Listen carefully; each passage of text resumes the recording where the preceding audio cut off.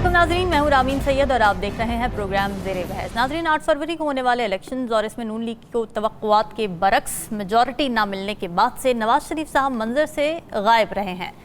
मगर गुज़िश्ता रोज़ solar panel के हवाले से एक इजलास की सदारत करते हुए उन्होंने लबकुशाई की और दो मौज़ूआत पर अपने तासुरात का इजहार किया। एक तो उन्होंने अवाम की मुश्किलात को एक्नॉलेज किया, बिजली के भारी बिलों के दर्द पर मरहम रखने की कोशिश की, उनके दौर में मुल्क कितना खुशहाल था इस पर रोशनी डाली, मगर साथ ही बिगड़ते हालात का जिम्मेदार उन्होंने किसी हद तक अदलिया को करार देने की कोशिश की। उनका ये कहना था कि मुल्क के साथ अच्छा सलूक नहीं किया जा रहा।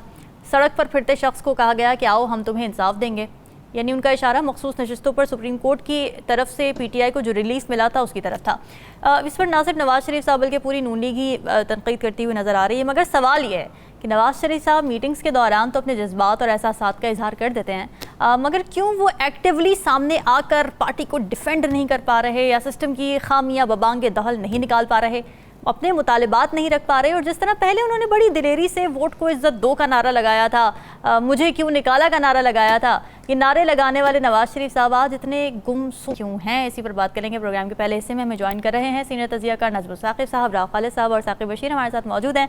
आप सभी का बहुत शुक्रिया। नजमुल साकिब साहब, साफ छुपते भी नहीं और सामने आते भी नहीं, क्या माजरा है? अरे वाह, देखिए ये तो आपने मिसरा सानी सुनाया है अपने वक्त के बहुत पॉपुलर शायर दाग देलवी साहब का। खूब पर्दा है कि चिलमन से लगे बैठे हैं, खूब पर्दा है कि चिलमन से लगे बैठे हैं, साफ छुपते भी नहीं सामने आते भी नहीं। क्या बात। अच्छा, ये दाग देलवी साहब ने ये नवाज शरीफ साहब के बारे में नहीं कहा था शेर, ये मैं पहले वजाहत कर दूं। लेकिन ये किसी और चिलमन का जिक्र था जिसमें कि पर्दे का जिक्र था। आपने जो इंट्रो में बात की है ना, एक बड़ी जबरदस्त किस्म का आपने मुझे क्लू दिया है, मुझे उसी में ही जवाब नजर आ रहा है। सबसे पहले तो ये देखते हैं कि आपने जिस दलेरी का जिक्र किया कि वो दलेरी से आते थे और उसके बाद वो अपना मतमा नजर बना के और मुझे क्यों निकाला, और फिर उसके बाद एक फहरिस्त होती थी। अच्छा, फहरिस्त अभी भी कहीं ना कहीं बाकी है, फहरिस्त अभी भी बाकी है, लेकिन हुआ ये फर्क ये पड़ा है कि वो जो पब्लिक गैदरिंग, मैसिव क्राउड, ये वो नहीं होता और कोई स्टेज वाली सूरत हाल नहीं होती। जो स्टेज की सूरत हाल आती है तो हमें नवाज शरीफ साहब खामोश नजर आते हैं। मेरे दोस्तों का ये कहना है जो कि सहाफत में है कि जब ये फैसला हो गया ना कि शहबाज शरीफ साहब ने बनना है और नवाज शरीफ साहब ने नहीं बनना, तो उनमें से एक फैसला ये भी था कि अब आप आराम फरमाइए, इस्तराहत फरमाइए और कोशिश कीजिए कि पब्लिक गैदरिंग जो है ना वो ना हो आपकी। अब ये मेरे दोस्तों की बात है और आपको पता है दोस्त तो ऐसे ही बड़े मारते रहते हैं, पता नहीं ये सच है पता नहीं ये झूठ है। अच्छा। लेकिन लगता यही है कि वो जो था ना एक तंतना था, जब ये वापस आते हैं और फिर उसके बाद इलेक्शन होता है और अगले दिन वो विक्ट्री स्पीच देते हैं और फिर हमने बड़े बड़े पोस्टर देखे, नवाज शरीफ वजीर आजम, और उसके उस वक्त तक सूरत हाल वही थी जो हमें पुराने वाले नवाज शरीफ साहब याद हैं, दिलेर और बहादुर, और फिर वो उनकी जो स्टेट्समैनशिप वो जो हमें नजर आती थी। उसके बाद से जब ये खासतौर पे उनकी सीट पे जो वाकयात पेश आए कि जी वो जीते नहीं जीते, कैसे जीते, ये वो, उसके बाद से लेके आज तक वो सूरत हाल वही है कि साफ छुपते भी नहीं सामने आते भी नहीं। देखिए आपने उनका बात की जो जो जो जो उन्होंने बातें की है ना कल, जी, उसमें से तीन, यानी मैं वो चीज़ें उसमें से चुनी है। पहली उन्होंने फरमाया है कि सड़क पर चलते शख्स को कहा गया आओ इंसाफ देते हैं। क्या बात है, इसको बताने की इस पे यानी क्या आदमी तबसरा करे। दूसरा ये कि अपने दौर के उन्होंने एक दफ़ा फिर से जो जो कारहाय नुमायां अंजाम दिए थे उसको उन्होंने ए से लेके जी तक गिनवा दिया, और जो सबसे अहम बात की उन्होंने वो ये थी जिसका जिक्र आपने भी किया है अदलिया के बारे में, कि उन्होंने अदलिया से कहा है कि अपनी जजमेंट्स पर नजर सानी करें, अपनी जजमेंट्स पर नजर सानी करें। अब इसमें एक जजमेंट तो वो है जिसका हम सबको पता है, सुप्रीम कोर्ट का मखसूस नशिस्तों पे जजमेंट्स का है लफ्ज़, कि उसमें अब आने वाली भी जो जजमेंट्स हैं ना उनको भी ज़रा ध्यान से कीजिएगा। और उसके साथ ही साथ अचानक हमें पता लगता है कि पाकिस्तान में बिजली का मसला है अगर आप पिछले 2-3 दिन को देख रही हैं टीवी स्क्रीन्स पे, तो आपको प्राइम मिनिस्टर शहबाज शरीफ साहब, मोहतरमा मरीम नवाज साहिबा, चीफ मिनिस्टर जो हैं मोहतरम नवाज शरीफ साहब, हत्ता के किरमानी आसिफ किरमानी साहब भी, अचानक पता लगा है कि जी बिजली का बड़ा मसला है, अवाम पिस रहे हैं। इस जगह पे आके तो मुझे तकलीफ होती है कि आपको ये अभी पता लगा है। वो लोग जो बिजली के बिल देते हैं और कुछ लोग जो अपनी बिजलियां कटवा रहे हैं, उनका हाल आपको अभी पता लगा है। और अब आलम यह आ गया है कि वाकयातन बहुत सारे हमारे मिडिल क्लास के लोग भी जो हैं, एसी तो दूर की बात है, वो पंखे शंखे भी नहीं चला रहे, क्योंकि इसलिए कि उनको पता नहीं है कि ये जो डिसप्रपोर्शनेट, यानी बगैर किसी तनासुब के जो ये बिल आ रहे हैं, ये हम पे भी कर सकेंगे कि नहीं। आदमी ने खाना खाना है कि बिजली का बिल देना है। तो ये अचानक आपको क्यों ख्याल आया? देखिए, सियासत अपनी जगह पे रखते हैं।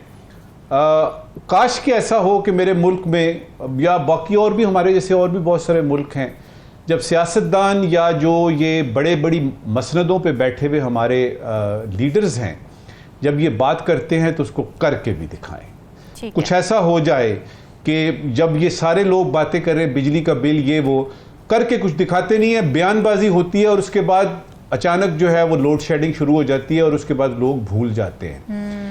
उस दिन पता लगेगा रामीन के वाकयातन अवाम के बारे में सोचा जा रहा है, चाहे वो बिजली का बिल है, चाहे वो पेट्रोलियम की कीमतें हैं, चाहे वो आटे दाल का हिसाब किताब है। उस दिन पता लगेगा जिस दिन अवाम की तरफ से आएगा कि ये लीडर है, ये गवर्नमेंट है, ये लोग हैं जिन्होंने आके हमारे मसाइल का हल किया है, सिर्फ बातें नहीं की। मेरी दुआ है कि वो जल्द वक्त आए, क्योंकि अभी तक तो हम सिर्फ जितने भी आप यानी पिछली 10-12 हुकूमतें देख लें, उसमें यही है हम करेंगे। और इस वक्त की आखिरी बात, उसमें फौरी तौर पे मुझे याद आया, एक मैं ट्रैवल कर रहा था जहाज का, तो साथ में मेरे एक बहुत बड़े साहब के एक एडवाइजर साहब बैठे हुए थे। तो मैंने कहा जी आपने ये जो अभी मुझे बताया है कि बिजली का किसी वक्त भी हम बहरान ठीक कर सकते हैं, तो आप करते क्यों नहीं है? तो उन्होंने एक बड़ी मजे की बात की, उन्होंने कहा कि इस चीज को हमने रखा हुआ है इलेक्शन के लिए। अच्छा, जब इलेक्शन पास आएंगे हम आवाम से कहेंगे देखें जी हमने आपके लिए बिजली जो है। तो ये याद रहे कि ये सारा कुछ आपके कंट्रोल में होता है जी। आप उसको छुपा के रखते हैं, दबा के रखते हैं और एक तरफ करके रखते हैं कि जब टाइम आएगा तो अल्लाह करे वो टाइम जल्दी आ जाए। अल्लाह करे जी। राव खालिद साहब, कौन से मुहर्रिकात हो सकते हैं आपकी नज़र में जिसकी वजह से 8 फरवरी के इलेक्शंस के बाद से नवाज शरीफ साहब बैक फुट पर हैं? क्या लॉस्ट ऑफ हिज पॉपुलैरिटी ये मसला है, या फिर क्योंकि अब उनकी बेटी के स्टेक्स भी हैं इस गवर्नमेंट के अंदर, ये इशू है? क्या लगता है आपको? देखिए, मैं तो बिल्कुल उनके आने से भी पहले से कह रहा था कि उनकी जो वापसी है वो अपने लिए तो है ही नहीं। वो मरियम साहिबा के लिए थी, अपनी बेटी को वो सियासी मैदान में लॉन्च करना चाहते थे, उसको पार्टी हैंडओवर करना चाहते थे और उसी के लिए वो बुनियादी तौर पे आए। वरना वो जो उनके करीबी लोग हैं वो बड़े वसूख से कहते हैं कि मियाँ साहब जो है ना वो इस खेचल में पड़ने के लिए तैयार नहीं थे। जो कुछ पाकिस्तान में हो रहा है या चल रहा है, उनको पता था, पहले दिन से पता था मैं आऊँगा, मुझे इक़्तिदार भी नहीं मिलना, वज़ीर आज़म तो मैंने नहीं बनना। अच्छा। और कोई शायद अहम होता भी ना हो और शायद बात भी खुल के ना कर सकूँ, और ये इन सब चीज़ों का उनको पता था। लेकिन अब यकीनन यहाँ पे हैं, बेटी वज़ीर आला बन गई है, एक मरहला उन्होंने तय कर लिया है जिसके लिए वो आए थे जी।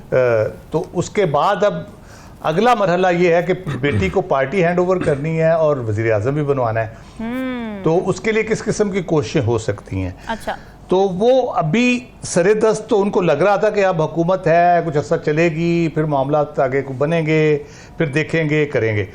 लेकिन हुआ ये कि वो सर मंडाते ही ओले पड़े वाला सूरत हाल हुई। 8 फरवरी के इलेक्शन का रिजल्ट ही और आ गया और 9 फरवरी को उनको किसी तरीके हुकूमत दिलवा दी गई, मिल गई, जैसे भी कह ले फार्म 47 के ज़रिए। तो अब ये हुकूमत जिस तरह से बनी है और जो मसाइल हैं ये चल नहीं पा रही।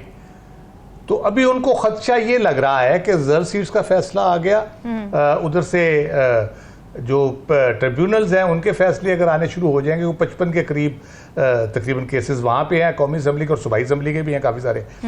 तो उसमें ये जो मरहला उन्होंने तय किया, जिस तरह से भी तय किया, वो रिवर्स होता नजर आ रहा है उनको। अच्छा,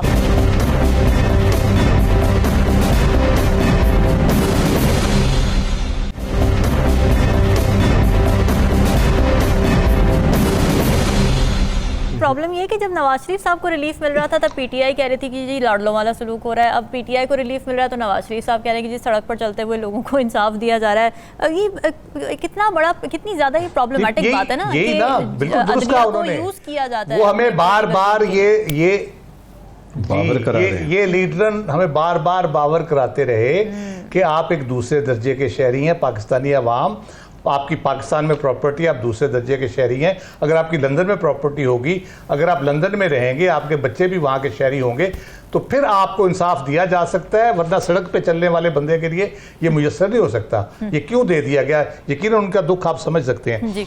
उसके बाद वो कह रहे हैं मुल्क के साथ अच्छा नहीं हो रहा। तो मुल्क के साथ बुरा कौन कर रहा है? ना मैं हुकूमत में हूँ, ना पीटीआई हुकूमत में है, ना मौलाना फजलुर रहमान हुकूमत में है, ना चकज़ई साहब हुकूमत में है, इवन पीपल्स पार्टी भी जो कहती है वो भी हुकूमत में नहीं है, सपोर्ट कर रही है। तो हुकूमत में तो मैं नहीं हूँ, या तो मरियम साहिबा हैं या शहबाज शरीफ साहब हैं। और मरियम साहिबा तो हमें बता रही है कि बहुत अच्छे मामला चल रहे हैं और चंद लोग उसको रोकना चाहते हैं। उन्होंने बड़े कमाल कर दिया सारा मामलात अवामी सतह के ऊपर, और हर तरफ से जो साजिश हो रही है उनको रोका जाए, वरना वो मुल्क की जो तरक्की हो रही है वो एकदम से रुक जाएगी। अच्छा, उनको भूल जाते हैं, मुझे लगता है मियाँ साहब जो हैं उनको जो आराम का मशवरा दिया गया तो बुनियादी तौर पे उनकी सेहत के हवाले से भी था कि आप बहुत टेंशन ना लें, आप ज़्यादा उस पर ना पड़ें इन मामलात में जहाँ पे आपको कोई तनाव की कैफियत हो और आपको हार्ट के मामलात है और दूसरी चीज़ें वो है। लेकिन मसला ये है कि वो फिर 2017 पे आके चलते चलते तकरीर करते हैं, जज्बाती होते हैं और 2017 पे आके रुक जाते हैं कि तरक्की करता मुल्क गड़े में गिरा दिया गया। अभी हमें पता चला है कि 2017 में जो IPPs का जिन था वो बोतल से निकाल लिया गया था, बाहर आ गया था, बिल्कुल। और उसने इस मुल्क का खजाना खाना शुरू कर दिया था।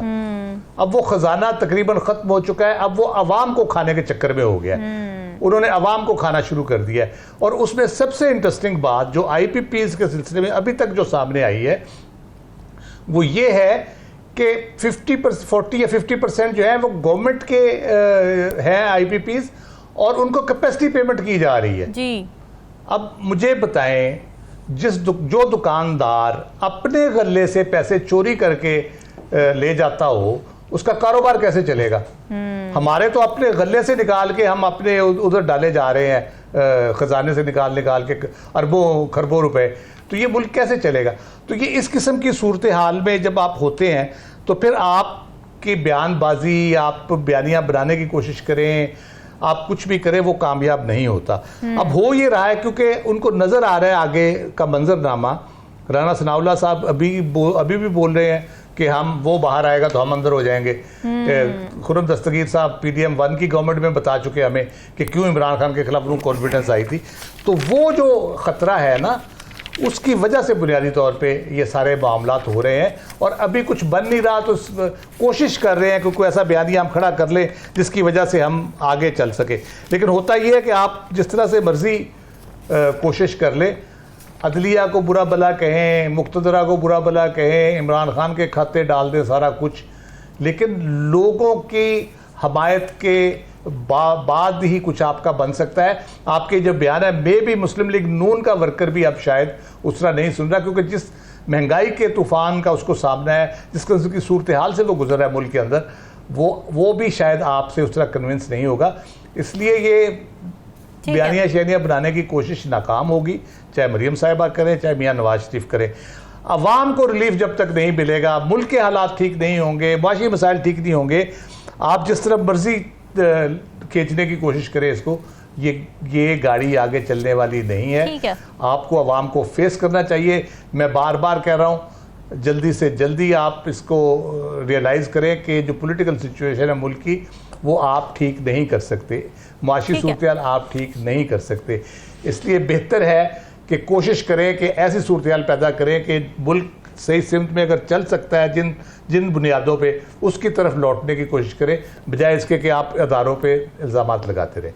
ठीक है, साकिब, जब नवाज शरीफ साहब गुफ्तगू करते हैं तो ऐसा तासुर आता है जैसे वो अभी भी अपोजिशन में या सिस्टम से बाहर हैं और सिस्टम के खिलाफ वो बात कर रहे हैं, जबकि वो शायद ये भूल जाते हैं कि उनकी अपनी पार्टी की गवर्नमेंट, अपने भाई की गवर्नमेंट, अपनी बेटी की गवर्नमेंट इस वक्त फंक्शन कर रही है। दूसरा ये कि ये जो एजिटेशन है क्या पार्टी के अंदर भी मौजूद है, क्योंकि आसिफ किरमानी साहब इस्तीफ़ा दे देते हैं और वो ये कहते हैं कि जी लोग बिजली के बिलों से मर रहे हैं जबकि सब अच्छा है कि गर्दान की जा रही है। और उन्होंने कहा कि मियाँ साहब सब अच्छा नहीं है। साथ ही उन्होंने ये भी कहा कि खुशामदी टोला है जो कि सब अच्छा की गर्दान कर रहा है। तो पार्टी के अंदर क्या चल रहा है? एक तो मियाँ साहब को जो 2017 में जो नायल किया गया और वज़ारत उज़्मा से हटाया गया, उसके बाद शायद खका नवाज़ी वज़ीर आज़म बने थे, तो वो जो हटाना था उस सिनेरियो से, उस सूरत हाल से वो बाहर नहीं आ रहे अभी तक। और अभी भी जब बात की जाती है, अगरचे अप्रैल 2022 से यही हुकूमत जो बैठी हुई है, तो वो ऐसे तासुर देते हैं कि ये सारा जो है वो उनका किया धरा है। अब तो 2-2.5 साल इनको हो गए हैं, तो इनको मेरा ख्याल में बात जो है वो इस यहाँ से आगे चलानी चाहिए कि हमें भी 2-2.5 साल हो गए, हमने क्या डिलीवर किया, क्योंकि पिछले 2 साल से जो सिस्टम है वो मुस्लिम लीग नून को सपोर्ट कर रहे हैं, ये मानना पड़ेगा। और एक बात जो राव साहब ने की कि वहाँ जो यूके से या बरतानिया से जब आ रहे थे नवाज शरीफ साहब, और जिस तरह उनको प्रोटोकॉल दिया जा रहा था, वो माजी में एक अदालती, बेशक एक फॉर्मेलिटी थी लेकिन अदालती इश्तिहारी थे, तो उनको उस प्रोटोकॉल में लाया जा रहा था। यहाँ वो आते हैं, आते ही 24-48 घंटों में उनके केसेस जो है वो पिछले 6 साल में जो केसेस बने थे वो 48 घंटों में सब नए, हर चीज़ ऑन बोर्ड और ख़त्म, बिल्कुल ख़त्म।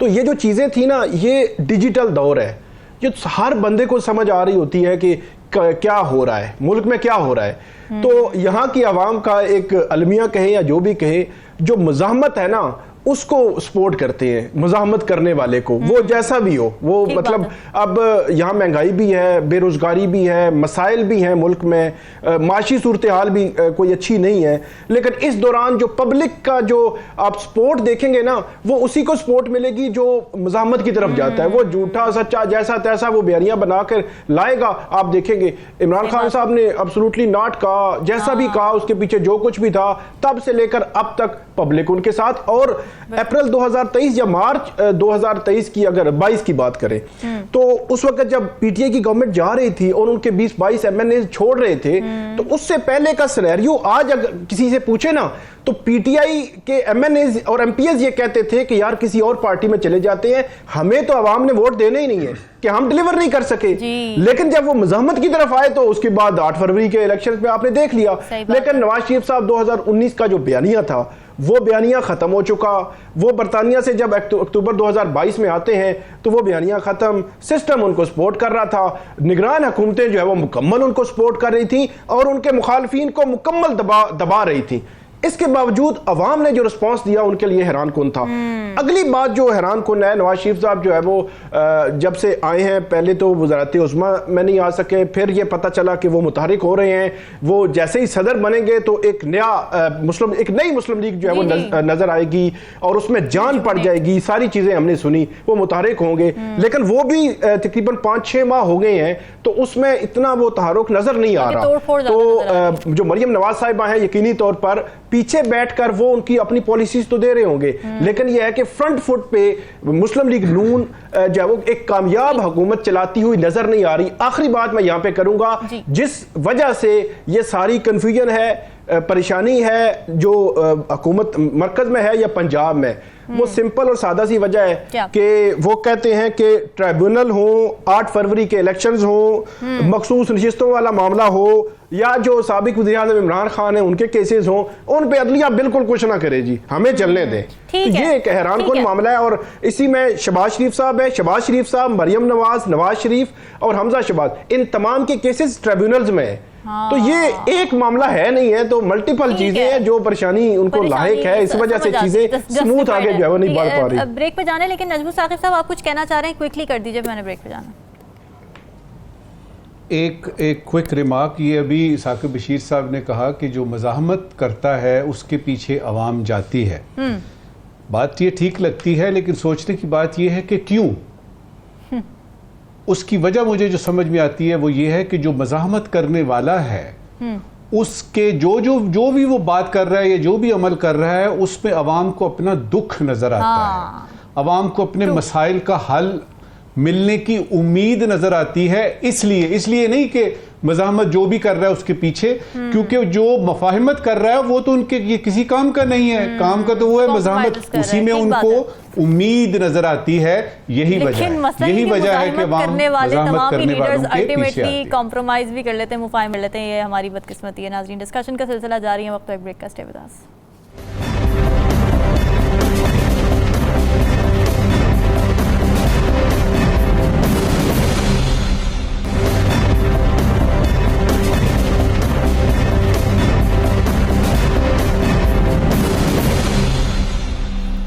वेलकम बैक नाजरीन। पीटीआई एविडेंटली इस वक्त सियासी कशमकश का शिकार है। न सिर्फ अंदरूनी मामलात में बल्कि इत्तेहादियों के साथ भी ताल्लुकात कभी बनते कभी बिगड़ते नजर आ रहे हैं। पीटीआई और JUIF के दरमियान एक मीटिंग हुई जिसके बाद JUIF के मीडिया सेल ने ये एलामिया जारी किया जिसमें ये बताया गया कि मुल्क की स्टेबिलिटी के लिए फ्रेश इलेक्शंस ही वाहिद हल है और पीटीआई नए इंतखाबात को पुश करने के लिए KP असेंबली तहलील करने के लिए तैयार है और कौमी असेंबली से इस्तीफे देने के लिए तैयार है।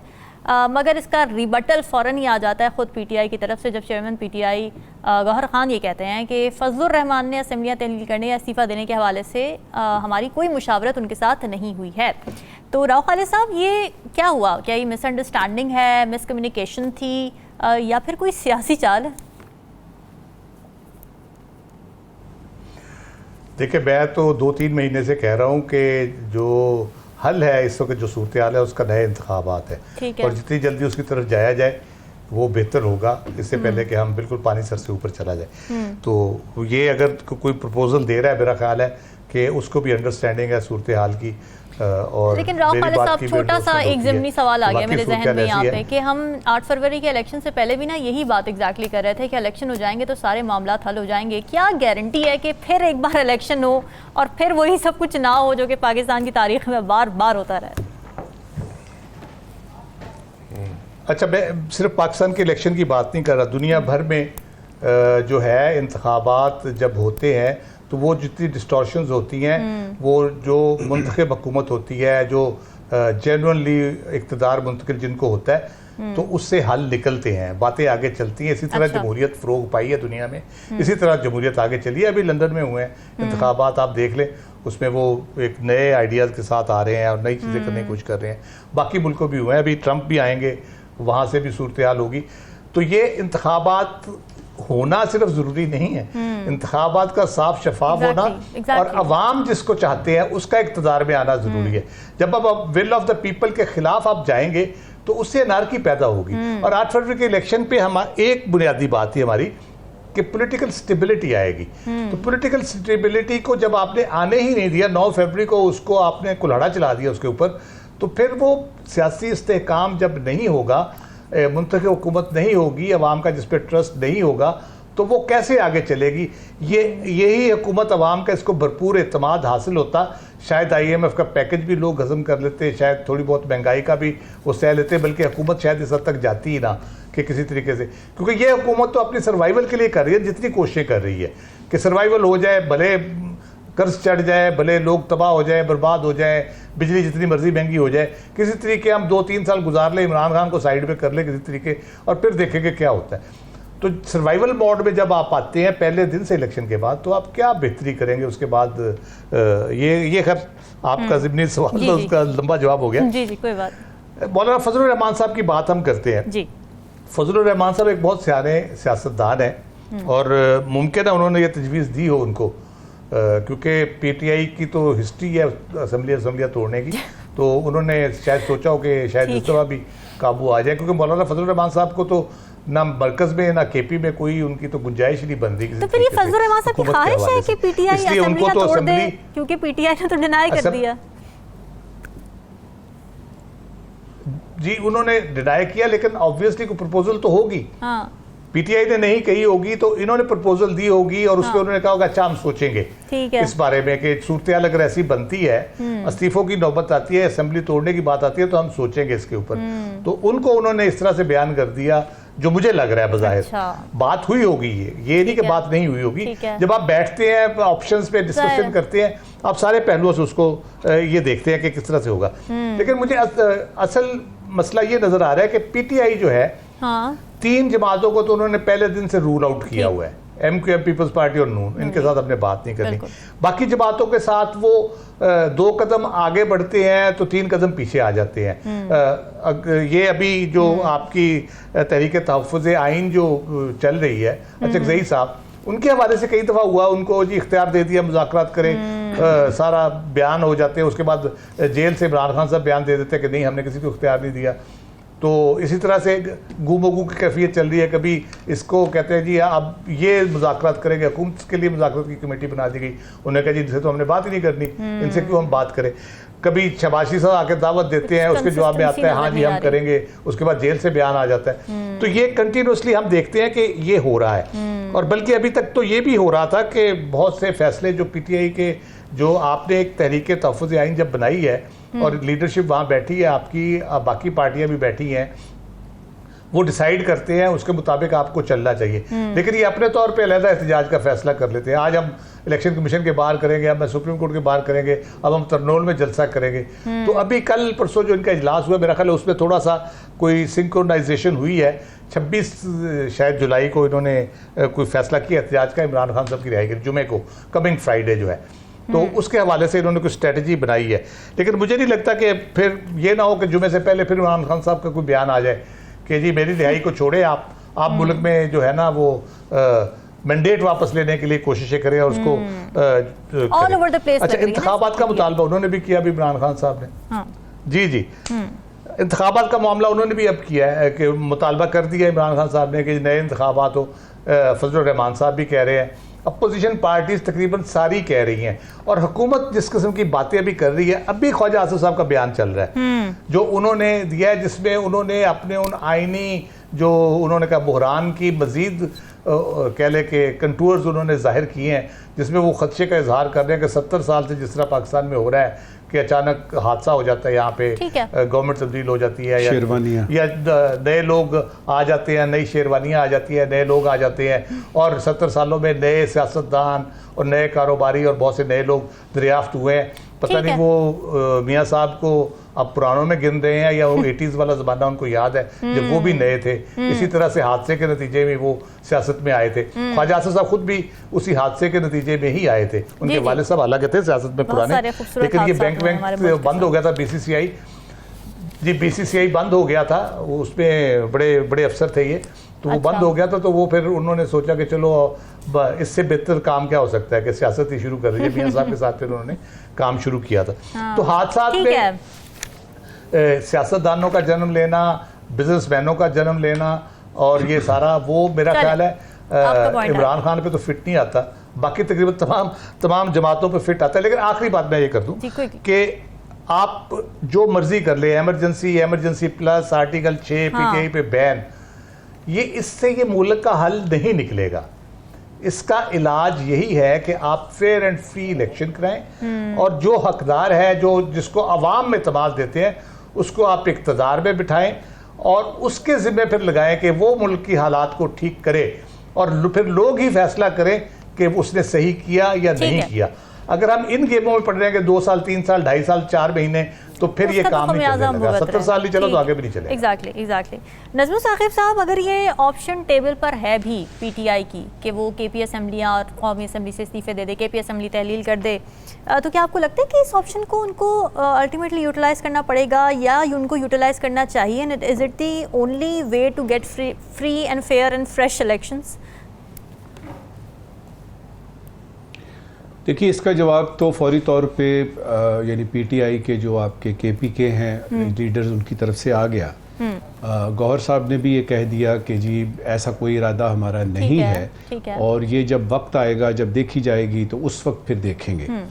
लिहाजा हमारे तज्जिए की ज़रूरत ही नहीं है। एक चीज़ जो हो सकता है टेबल पे आई हो कि जी आप तहलील कर दीजिए तो मुल्क में, दूसरी तरफ हम देख रहे हैं ये थोड़ी सी पहले चले जाते हैं ना। पीटीआई ने इससे पहले भी असेंबलियां तहलील की थी, पीटीआई ने इससे पहले भी असेंबलियां तहलील की थी, फिर बाद में रिग्रेट किया। आपको लगता है कि वो इतना अच्छा मूव नहीं था और वाकई असेंबलियां तहलील करना अच्छा मूव नहीं होता? देखिए, असम्बलियाँ तहलील करना जो है ना वो कभी भी अच्छा नहीं होता। इसकी एक डेस्परेट सी सिचुएशन होती है जिसमें आपका बाकी जगहों पे उसूली तौर पे काम नहीं चल रहा होता, तो आप या तो धमकी देते हैं या वो कर गुजरते हैं। और जब आपके पास पता लगे जी अदम तहरीक आई हुई है, वो क्या होती है, अदम एतमाद की तहरीक आई हुई है, और उस वक्त आप तहलील कर रहे हैं, तो ये तो डेस्परेशन की बात है ना। अभी डेस्परेशन वो पीटीआई पे आई नहीं है, अभी हाल ही में तो उनको यानी तस्लीम किया गया है। अभी तो उनकी जो लड्डू और वो जो गुलाब जामुन और वो जो रसगुल्ले हैं वो तो अभी यानी डब्बे में बाकी हैं कि उनको पार्टी तस्लीम कर लिया गया और उनको कहा गया कि जी आप ना सिर्फ पार्टी हैं बल्कि मखसूस नशिस्तें आपकी, और दूसरी तरफ जो हुकूमत का वो जो 2/3 वाला था मेजॉरिटी वाला ख्वाब वो बिखर गया। अभी इस वक्त तहलील करने की बात जो है, जहां तक मौलाना साहब की बात है, देखिए पिछले अगर 20-25 साल की आप सियासत देखें ना, तो वो जो कि सियासियात के तालिब इल्म हैं, अगर आपने देखना हो ना कि मुल्क में सियासत की हवा किस रुख चल रही है, तो ज़रा गौर से सुनिए कि मौलाना फजलुर रहमान साहब क्या फरमा रहे हैं।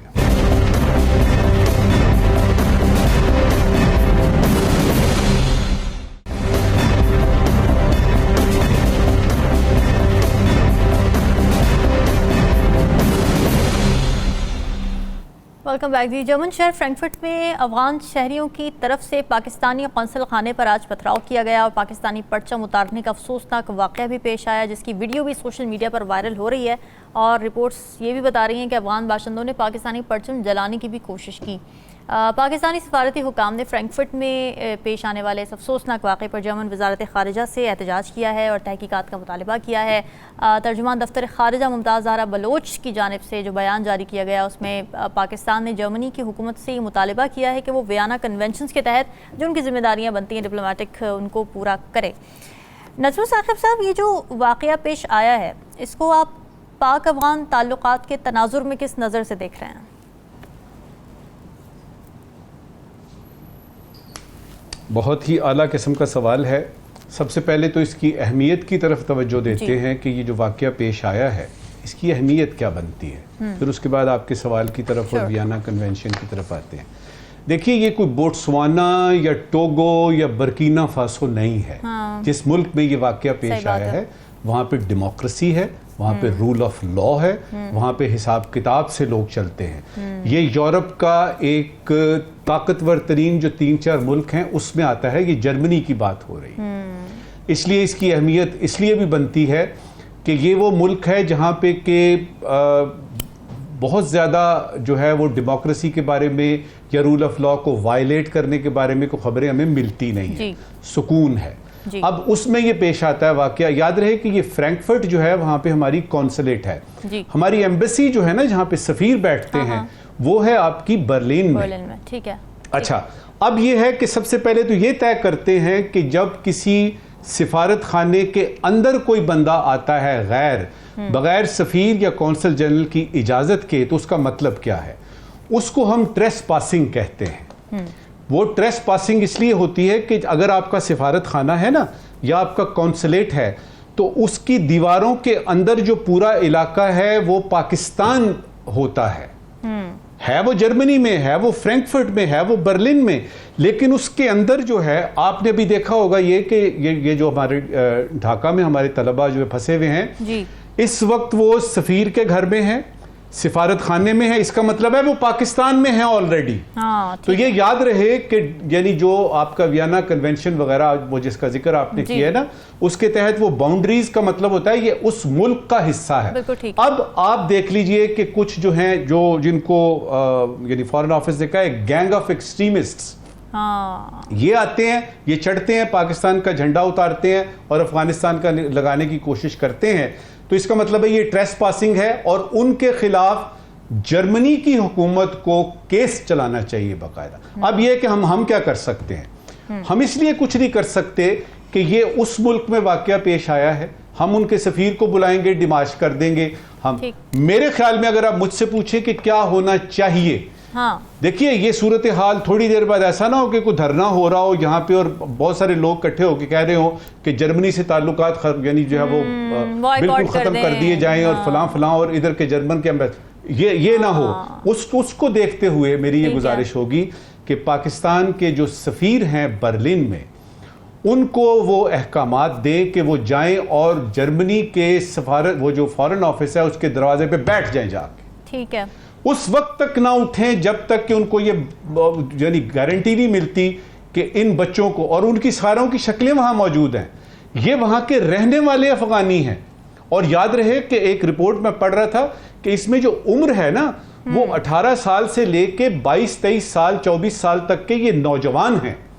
अब आते हैं आपकी उस बात पे कि अफगानिस्तान और पाकिस्तान के ताल्लुकात, जी। तालिबान की गवर्नमेंट सीधा सीधा ये कहेगी कि हमारा क्या लेना देना इससे। हो सकता है उनमें से ज्यादातर तो यानी जर्मनी के शहरी हैं, लिहाजा वो तो आराम से कहेंगे। लेकिन इसके पीछे, अब आपके अगले सवाल पे डिपेंड करता है, इसके पीछे बहुत सारे मुहर्रकात हैं जिनको हम इस प्रोग्राम में कर सकते हैं। मेरे इस सवाल की बॉटम लाइन ये है, जी बॉटम लाइन ये है कि आप अपने सफीर से कहिए कि अपनी जिंदगी का ये आपका मतमा नजर बना लें कि इसका आपने जर्मन यानी हुकूमत से उन बच्चों को पकड़ना है और उनको जेल में डालना है। राव खालिद साहब, ये जो हुआ है इसकी प्रोबेबल वजूहात क्या हो सकती हैं, इसकी इंस्टिगेशन की, इस प्रोटेस्ट की, क्या लगता है आपको? जो तो वो बज़ाहिर जो भी थे मिसक्रिएंट्स, जिन्होंने शरपसंद जिन्होंने ये हरकत की है, वो कोई कह रहे हैं इधर कोई हमारे शहरी कोई जाँ बाग हुआ है तो उसके ऊपर एहतजाज कर रहे थे। एक तो पाकिस्तान का अगर शहरी जाँ बाग हुआ है, जी पाकिस्तान के अंदर, अच्छा, तो अगर वो कोई जाँ बाग हुआ है उससे पहले तो कोई ताल्लुक साबित करे अपना अफगानिस्तान से था तो चलो फिर भी समझ आती है। अगर कोई पाकिस्तानी शहरी है, अभी मेरा नहीं ख्याल, मुझे एग्जैक्ट पता नहीं, उसकी कोई तहकीकात हुई हैं, वो डेथ कॉज क्या है, क्या हुआ है, क्या नहीं हुआ, वो पहले तो आप वो तफसीलात पता चले ना। या तो वो इतने तेज़ है कि उनको पहले ही पता चल गया कि क्या हुआ है। मेरा ख्याल है ये एक बहाना बनाया गया है, ये शरारत करवाई गई है और ये एक बहाने से करवाई गई है। और ख़दशा ये है कि इस किस्म की शरारत ये फॉलो अप में कहीं और ना हो, इसको रोकने की बहुत बरवक्त जरूरत है। और हमें उसके लिए फॉरेन गवर्नमेंट के साथ साथ अफगान गवर्नमेंट के साथ भी इसको टेकअप, अफगान गवर्नमेंट के साथ भी इसको टेकअप करना चाहिए। दूसरी बात ये, हम एक एटीट्यूड देखते हैं, 45 साल हो गए हमने इनके साथ दामे दिरमे सुखने हर तरह की मदद की है, जिसका हमने नुकसान बहुत उठाया है।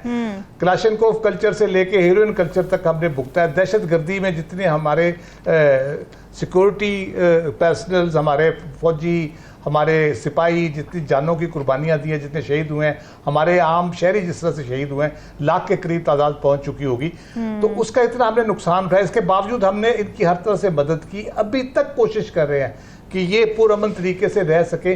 लेकिन पता नहीं क्या कोई इनकी घुट्टी में कुछ है, कोई DNA में है कि वो किसी का एहसान मानने को तैयार ही नहीं होते। वो मुझे लगता है कल कोई आपस में भी इसी तरह लड़ना भिड़ना शुरू कर देंगे। अभी भी कई हज़ार लोग पाकिस्तान में मौजूद हैं जो अमेरिकी एवैक्यूएशन के बाद उनके लिए जो काम करते थे, उनकी एजेंसियों के लिए काम करते, वेस्ट की एजेंसियों के लिए काम करते थे, वो पाकिस्तान में, उनको पाकिस्तान ने पनाह दी हुई है क्योंकि अफगानिस्तान में वो महफूज नहीं है और उनको बाहर उन्होंने लेके जाना है, एक एक करके 400, 200, 300 करके वो लेके जा रहे हैं अमेरिका और वेस्ट। उनको अभी तक हमने रखा हुआ है। हमें पता है वो हमारे लिए भी खतरा है यहाँ पे, क्योंकि उनके भी कनेक्शन जो हैं इंटेलिजेंस एजेंसी CIA से भी हैं और वेस्ट की एजेंसी से भी हैं। वो यहाँ भी गड़बड़ का बायस बन सकते हैं, मुखबरियाँ कर रहे होंगे यहाँ पे बैठ के, लेकिन हम स्टिल दिल पे पत्थर रख के उनको यहाँ अफगानी होने के नाते हम उनको पनाह दे रहे हैं। लेकिन ये ऐसे है कि क्रिकेट के मैदान में अगर हम मैच जीत जाए, वहाँ पे हमला कर देते हैं, को और छोटा मोटा बात हो पाकिस्तान को गालियां देनी शुरू कर देते हैं। भाई अपने करतूत तो देखो, आपने किया क्या है अब तक, सिवाय इसके कि पाकिस्तान ने आपकी हर तरह मदद की और आप वो सही हजरत अली का कॉल के जिस पे आसान करो उसके शर से बचो। साकिब, अता तारड़ साहब ने भी इस बारे में प्रेस कॉन्फ्रेंस की, उन्होंने कुछ इस तरह की बातें की कि सियासी एफिलिएशंस हैं शायद वहाँ पे कुछ लोगों की, और कोई पाकिस्तानी भी शायद इसमें मुलव्वस थे और उनके पासपोर्ट्स वगैरह जब्त करने की बात की, नादरा से आइडेंटिफाई करने की बात की। वो किस तरफ इशारा कर रहे हैं? इशारा तो पता नहीं अब उनका किस तरफ है। उन्होंने कहा है कि नादरा को हमने कहा है कि आप आइडेंटिफाई करें जो पाकिस्तानी हैं और उसके बाद उनके खिलाफ जो है वो कार्रवाई होगी। अब वो उनका इशारा किस तरफ है, पॉलिटिकली वो किस तरह कह रहे हैं, वो अब जो है वो देखने वाली बात है। लेकिन ये इंतहाई अफसोसनाक वाक़या है कि जो पाकिस्तानी झंडा है उसकी बेहुरमती की गई है। ये बहुत ही काबिल मज़म्मत है। और अभी खबर ये भी आई है कि जो दफ्तर खारजा है उन्होंने जो जर्मन मोस्ट सीनियर जो है वो यहाँ पे सफारतकार है उनको बुलाकर सख्त एहतजाज भी किया है और उनको ये कहा है कि वियना कन्वेंशन के तहत वो सिक्योरिटी जो है वो फ्राहम करें और उनकी जानिब से यकीन दहानी भी कराई गई है। तो 10-15 लोग थे, ये बताया जाता है कि वो आए और अफगान झंडे उन्होंने लगाए हुए थे और पाकिस्तानी जो है वो झंडे को उतार दिया। ये मामला तो वैसे तो छोटा सा लगता है लेकिन इसके असरात बहुत गहरे हैं कि कितनी वो नफरत पाकिस्तान और पाकिस्तान के झंडे के खिलाफ। हैरान कुन है कि पिछले 30-40 साल में वो यहाँ पे मौजूद है और कभी कोई ऐसा वाकया मैंने नहीं देखा, कम से कम ये हम जहाँ पे रहते हैं, कि इस अफगान होने की बुनियाद पर उनको टारगेट किया जा रहा हो। रूटीन में चीज़ें चल रही होती हैं, यहाँ पे कोई डिस्प्यूट्स होते हैं लोगों के, मकामी भी गैर मकामी लोगों के साथ भी, वो तो रूटीन का मामला होता है। फीडबैक जरूर दीजिएगा, हमें दीजिए इजाजत, अल्लाह हाफिज़।